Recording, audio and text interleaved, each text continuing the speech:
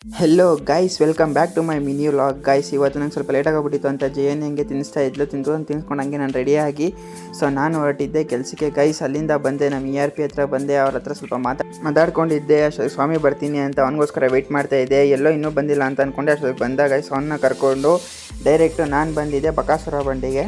ಡೈರೆಕ್ಟಾಗಿ ಹನುಮಂತನು ಅಲ್ಲಿಗೆ ಬರ್ತೀನಿ ಅಂತ ಅಂದ. ನಾನು ಅವನು 3 ಜನನು ಸೇರಿಕೊಂಡು ಟೀ ಕುಡ್ದು ನನ್ನ ಮಕ್ಕಳು ಜಗಳ ಆಡ್ತೀನಿ ಅಂತ ಹೇಳ್ಬಿಟ್ಟು ಕರೆಸ್ಬಿಟ್ಟು ನನ್ನ ಬಕ್ರ ಮಾಡ್ಬಿಟ್ಟು ರಿಟರ್ನ್ ವಾಪಸ್ ಕಳಿಸಿದ್ರು. ಹಂಗೆ ಬಂದು ಆಫೀಸಲ್ಲಿ ಕುತ್ಕೊಂಡು ಯೋಚನೆ ಮಾಡ್ತಿದ್ದೆ. ಗೈಸ್, ಲೈಫಲ್ಲಿ ಏನು ಮಾಡೋದು, ಏನಾದ್ರು ಒಂದು ಮಾಡಬೇಕಲ್ಲ ಅಂತ ಯೋಚನೆ ಮಾಡ್ತಾ ಇದ್ದೆ. ಬಟ್ ಏನು ಮಾಡಬೇಕು ಅಂತ ತಲೆಗೆ ಬಂದಿಲ್ಲ.